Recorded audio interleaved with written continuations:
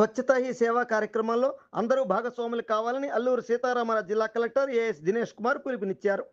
Rampachodavaram ITDA కార్యాలయం ప్రాంగణం నుండి అంబేద్కర్ సెంటర్ వరకు స్వభావ స్వచ్ఛత, సంస్కార స్వచ్ఛత, శ్రమదాన ర్యాలీ కార్యక్రమాల్లో స్థానిక ఐటీడీఏ పీఓ కట్టా సింహాచలం, సబ్ కలెక్టర్ కల్పశ్రీలతో కలిసి కలెక్టర్ పాల్గొన్నారు.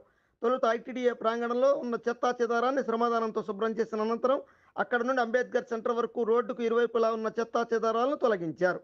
ఆ తర్వాత మానవహారంగా ఏర్పడ్డ వివిధ కళాశాలలు, పాఠశాలల విద్యార్థులు, వివిధ కార్యాలయాల అధికారులు, సిబ్బందితో మహాత్మా గాంధీని స్ఫూర్తిగా తీసుకొని తమ ఇంటితో పాటు పరిసరాల పరిశుభ్రతకు పాటుపడతారని, ఆ దిశగా స్వచ్ఛ ఆంధ్రప్రదేశ్, స్వచ్ఛ భారత్ లక్ష్యంగా శ్రమదానం చేస్తానంటూ ప్రతిజ్ఞ చేయించారు.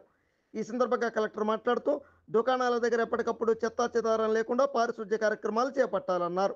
ముఖ్యంగా ప్రజలంతా స్వచ్ఛందంగా ముందుకు వచ్చినప్పుడే స్వచ్ఛతా హే సేవా కార్యక్రమం విజయవంతం అవుతుందంటూ ఆ మేరకు విజ్ఞప్తి చేశారు.